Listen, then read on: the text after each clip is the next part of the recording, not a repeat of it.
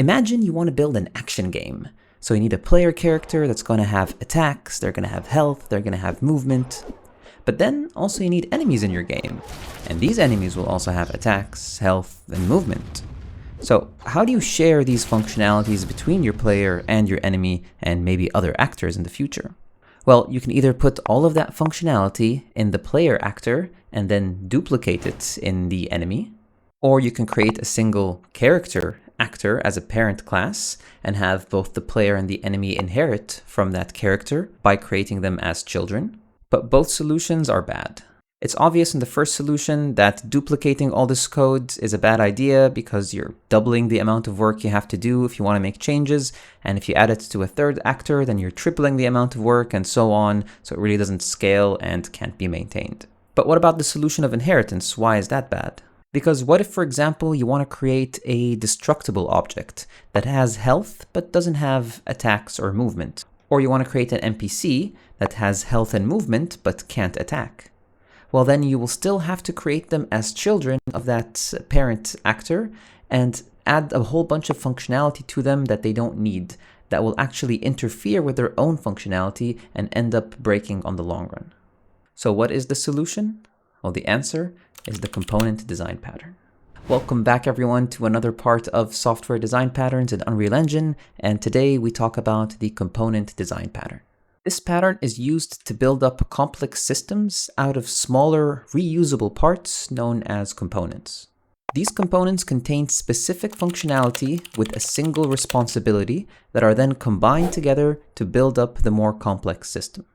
The human body is a perfect analogy for the component design pattern. Each organ in the body is a component and has its own responsibility.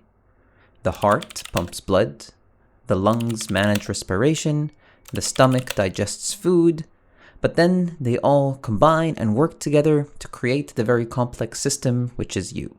And just like components in software, if one organ needs to be treated or replaced, it can often be done in isolation without affecting the entire system, thus promoting modularity, flexibility, and separation of concerns, which are all crucial elements to writing good software.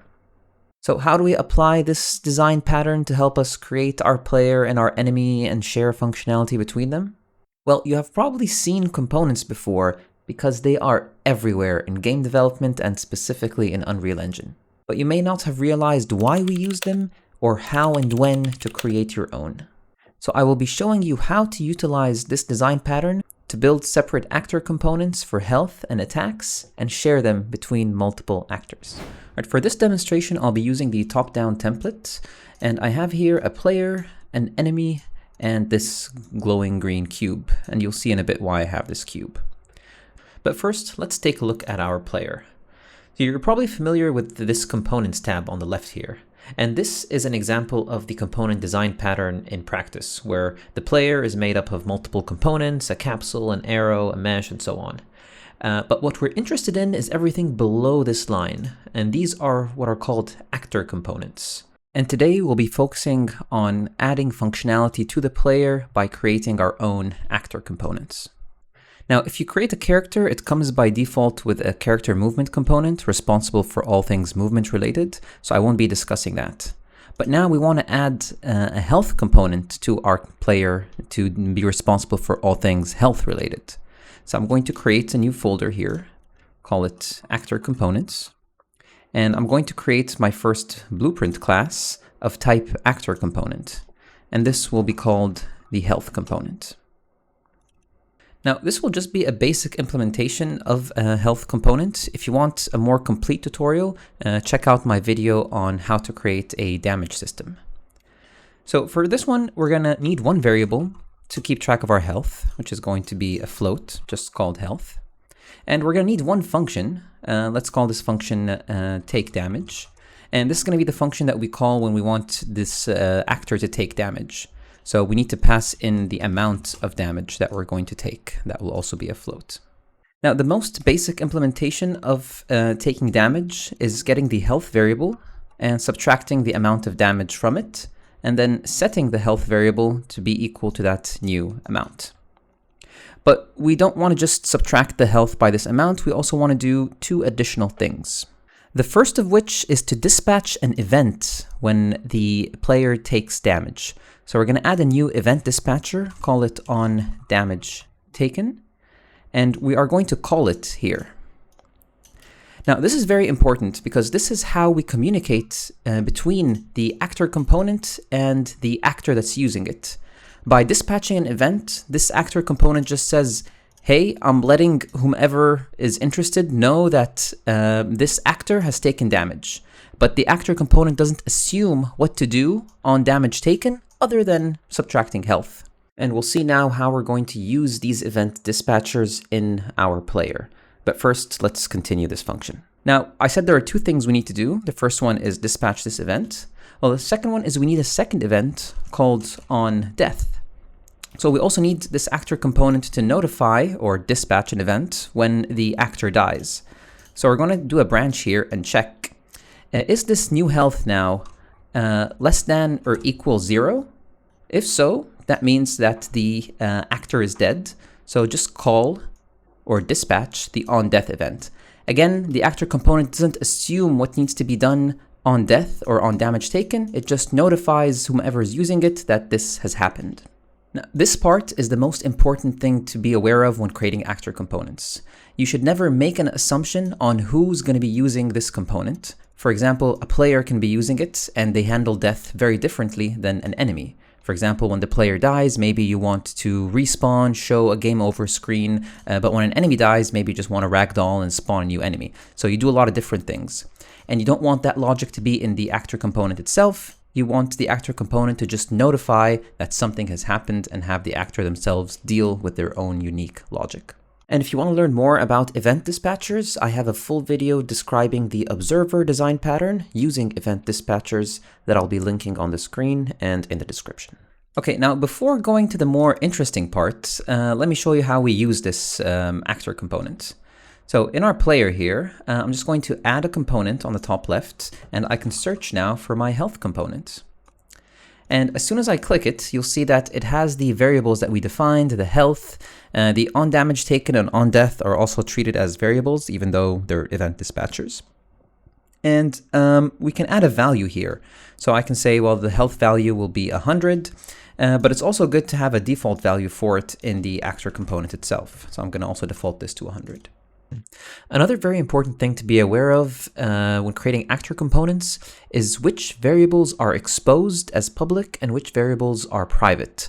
For example, right now I have this health variable here, and in my event graph I can get the health component and read the health variable, or I can call the take damage function and I can change the amount of health here and so on. This means that this is a public function and this is a public variable because I have access to them outside the health component. Now, if, for example, let's go to our health component, let's say I have another variable here, like, I don't know, some internal value. This value, I don't want it to be editable outside of the health component itself because maybe it's just used to calculate some things internally here. Now, if I go back to my player now, you'll see that some internal value is available and I can change its value. But if I click on it in the health component and make it private by checking this private checkbox, now if I go back to my player, it's gone and I can't edit it anymore. And if I try to get it from here, some internal value, it's not gonna appear. And making variables public and private is very important because if they're public, then you're telling the character or the actor that's using it, you're allowed to edit these variables. If they're private, you're telling them, hey, don't edit them because you could break something. So just make sure when creating variables to define which ones are public and which ones are private. For now, the health, we want it to be accessible from outside, and the event dispatchers as well, we want it to be accessible from the outside, so we're not going to mark them as private. And on the topic of event dispatchers, the way we actually use them is back here in the player. If I click on the actor component, I can see all of the events being dispatched from that actor component. The on component activated and deactivated, these come by default with any actor component. And here we see on death and on damage taken that we've added. So if I click on the plus sign next to one of them, it adds a event that is called when this event is dispatched. This is the same as doing like bind on damage taken, and then the event here is what's called. So these two events are identical. You can either do it this way or you can do it through this bind, and we'll be using both, so you can decide which one is better for your use case. All right, now that we've added our health component, let's simulate taking damage to see that it actually works. So I'm going to just create a simple on click, so keyboard X. So when I press the X key, I'm going to get my health component, and I'm going to call the take damage function that we created. And I'm going to pass an amount, let's say 20. So now every time I press X, I take 20 damage. And to make sure it's working, we're going to click on our health component, go down to the on damage taken event dispatcher, and then we're going to just print the health. So we're going to print the health variable from the health component. All right, and now if we play and I press X, you'll see that on the top left, as I press X, it's printing the health value, and it's going down correctly as we expect. All right, now comes the fun and interesting part. Well, we said this health component should be responsible for all things health related. But what if I want to add a health bar on top of my player here, which is a widget?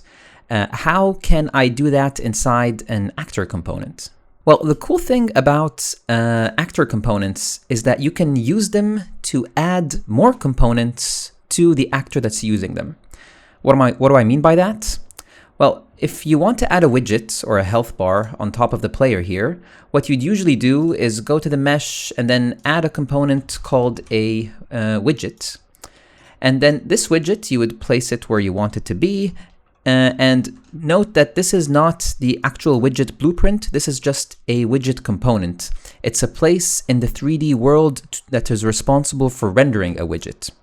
But then you still have to add the actual widget class inside it. So this is how we'd usually do it. But if I do it this way, that means that this widget is only on my player, and I have to do it in the enemy, and I have to do it in every other place that I want this widget to be. But how do I have the health component do this for me? Well, let's see. I'm just going to remove it now, and I will go to my health component. I'm going to delete the tick, and on begin play, what I'm going to do is I'm going to get the owner, and the owner is the actor that is using this actor component. And what I'm going to do is call the add component by class function on begin play, and I'm going to choose the widget component. Now, this is exactly the widget component that I showed you on the player. And again, this is just a place in the 3D world to render a widget and not the widget itself. And what we can do here is then set the properties of this widget component. So I will set its location to be above the actor by 100. I will set its draw size to be 150 by 10. I will set its space to be screen space, and I will disable collision. All right, and now what we need to do is actually display the widget itself. So I created here a very basic widget already, and it's just a progress bar, but the most important thing to know about it is how it communicates with the actor component. So on event construct here, it sets the percentage of the progress bar to start with whatever health we pass in, and then it gets the owning actor's health component and binds to the on damage taken event. Again, remember I told you communication between actor components and whomever's using them should be through event dispatchers, and this is why. Now the health bar can just check whenever the on damage taken event is dispatched, just set the progress bar's percentage to be equal to the new health variable, well, divided by 100 because it's in percentage. And that's really it. That's all the health bar does. And now back in our health component, what we need to do is call create widget. And then we just pass in the name of the widget first, which is health bar. And then it will show us the two variables that we created, owning actor and health. Don't confuse it with owning player. Owning player, that comes by default with any widget. This owning actor is a variable that I added, which will be equal to our owner. And the health will just be equal to our health. And now we have created a widget here. And what we need to do is get this widget component and call its set widget function. which takes in a widget reference. So now to recap, what we did is we've created a widget component, which is a place in the 3D world to render a widget, set its render properties, create our actual widget's blueprint, and then set it in the widget component. And that means that the health bar is now rendered through the health component itself, and the player doesn't need to do anything. So if I play, my player now has a health bar on top of them. And if I press X to take damage, you see that the health bar is updating as we take damage, exactly as we intended. Now let's take a look at the magic of actor components. So if I go to my enemy here, and I just simply add the health component, and do nothing else, and press play, just like that, the enemy has a health bar on top of them as well. And of course, I can do the same to my cube if I go here and just say add health component. Like magic, all three of us now have health and have a health bar that updates independently. Amazing. All right, now that we have a health component that can be added to any actor, it's time to attack these actors, get attacked by them, and see how each actor can have a unique response to death using the same actor component. To do that, we will be creating our own attacks component to give any actor the ability to do certain attacks. And we'll see how the attacks component and the health component work together to build up the larger system. And just like for the health component, this will be a basic implementation of attacks, just to demonstrate the component design pattern. And if you want a more complex tutorial on attacks, check out my attacks tutorial in the Smart Enemy AI series that I'll be linking on the screen and in the description. All right, now back in our actor components folder, we're going to create our new actor component, and we'll call it the attacks component. And this attacks component will have two types of attacks. It's going to have a custom event for a forward attack, and it's going to have another one for an AoE attack. And these are the two types of attacks that we're going to be demonstrating the component design pattern with. Well, the forward attack just does a sphere trace in front of the owner of this actor component. And I won't explain the sphere trace because it's not relevant for this tutorial, but you can pause here if you want to see how it works. But what is relevant is what happens when the trace hits an object. We get the actor that was hit and check if they have a valid health component by calling getComponent by class and checking for the health component. And if it is valid, the actor has a health component, and we can call the take damage function from the health component of that actor. So this is a very crucial part because here is where our two actor components communicate. The attacks component knows of the existence of the health component and knows that to be able to damage an actor, they need to have a health component attached to them. And if they don't, they can't get damaged. It's also worth noting that if you don't want to have to get the health component, check that it's valid, then call the take damage function every time, then you can create an interface that has this take damage function and implement it in each actor.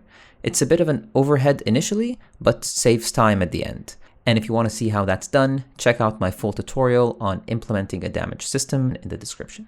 All right, and now for the AoE attack. The AoE attack will do a multi-sphere trace for objects to be able to hit multiple objects. And again, I won't go over the implementation. It's pretty basic and not really relevant for this tutorial. And once we do register a hit, we loop over all of the hits, and we do the same thing as before, get the actor, get their health component, and then call take damage. There are just a few extra things here because the multi-sphere trace can hit the same actor multiple times. So I just make sure that I add them in an array of hit actors to keep track of whether they were already hit before or not. And that's what you see here. But again, not very relevant for this tutorial. All right, and now we have two attacks, an AoE attack and a forward attack, and we're ready to use them in our player character. So back here in our BP player, I'm going to first add our attacks component. And now we have access to the two attacks that we made. So I'm just going to get the attacks component, and I can call forward attack, and I can call whatever other attack I want.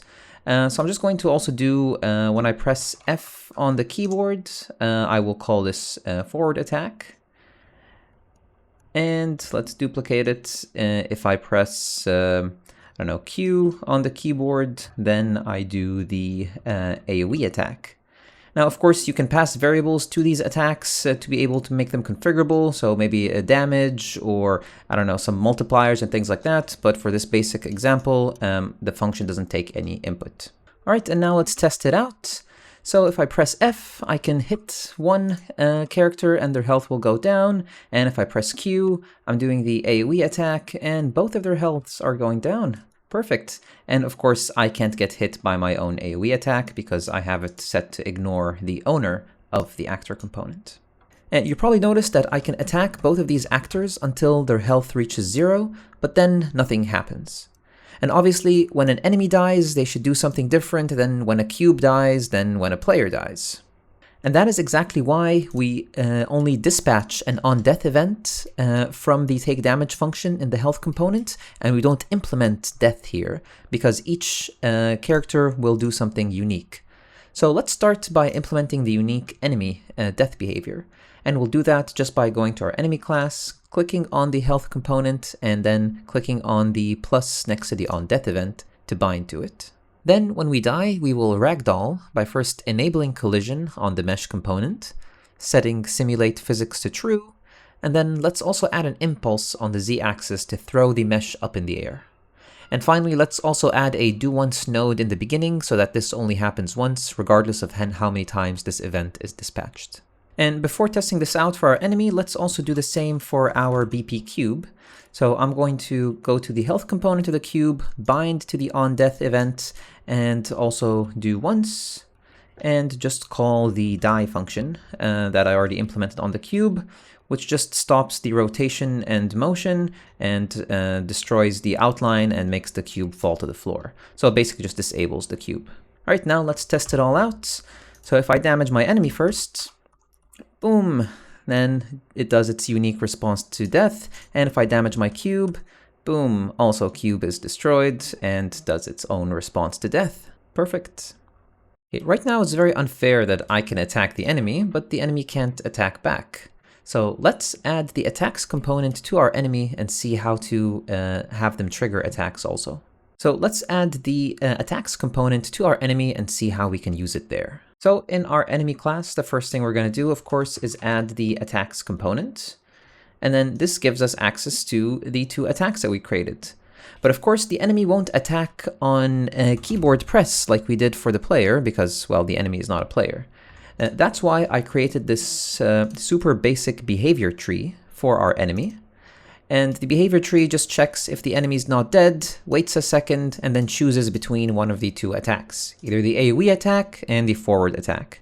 And it does so very simply just by getting the attacks component and checking if it's valid, then calls the forward attack, just like we did with the health component as well.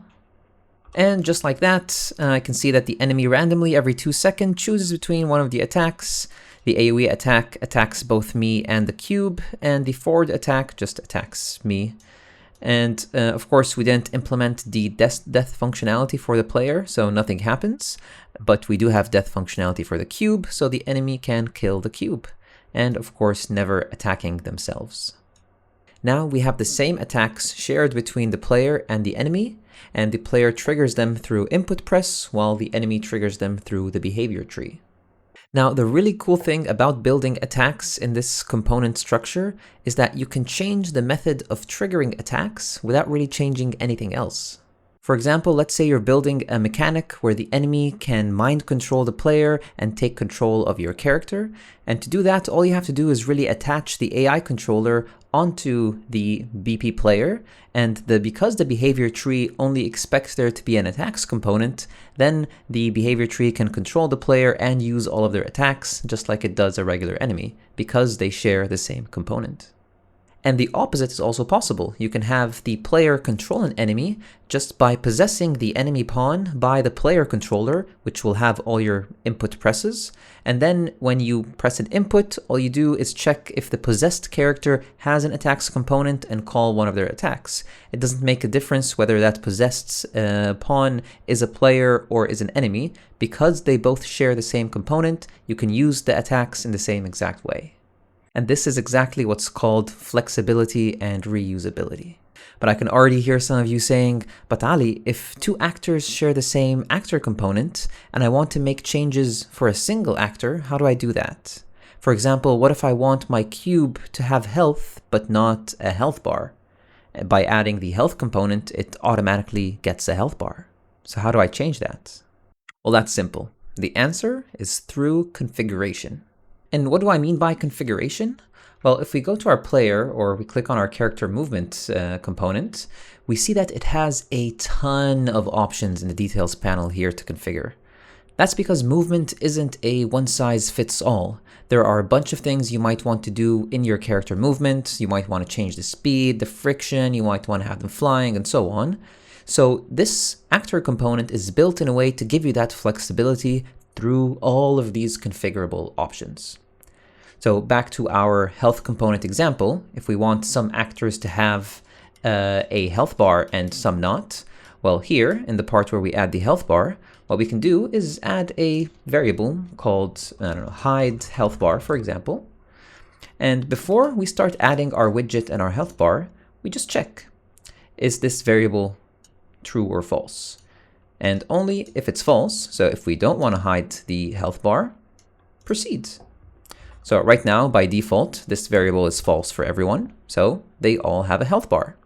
But I can go just to my cube, click on the health component, and I have the variable here to edit. I can say hide health bar true. Now when I play, the cube doesn't have a health bar, but it still has health because it can die. And this is one example of adding configuration. Alright, I hope this video demonstrated the main benefits of the component design pattern over something like inheritance, for example, as it offers reusability, where components can be reused in different parts of your game or even in completely different projects. Offers composability, where different actor components can be composed or combined together to form a more complex system. Just like we've seen, we have a character movement component, health component, and attacks component that form up our player and our enemy. And finally, independence. Each component is its own separate module that can be updated independently, maintained independently, or even completely removed and replaced with another actor component that does the same thing without breaking everything else. And that brings us to the end of this video. I hope you liked it and found it useful. If you did, please consider giving a like and subscribe. And if you want to download all the project files, get access to all my tutorials, get access to the chatbot and a bunch more benefits, check out my Patreon. You'll be supporting me, supporting the channel, and getting a lot of benefits. And of course, if you have any questions, please leave them in the comments down below. I'll try to answer every comment as I always do. And thank you for watching. See you in the next one.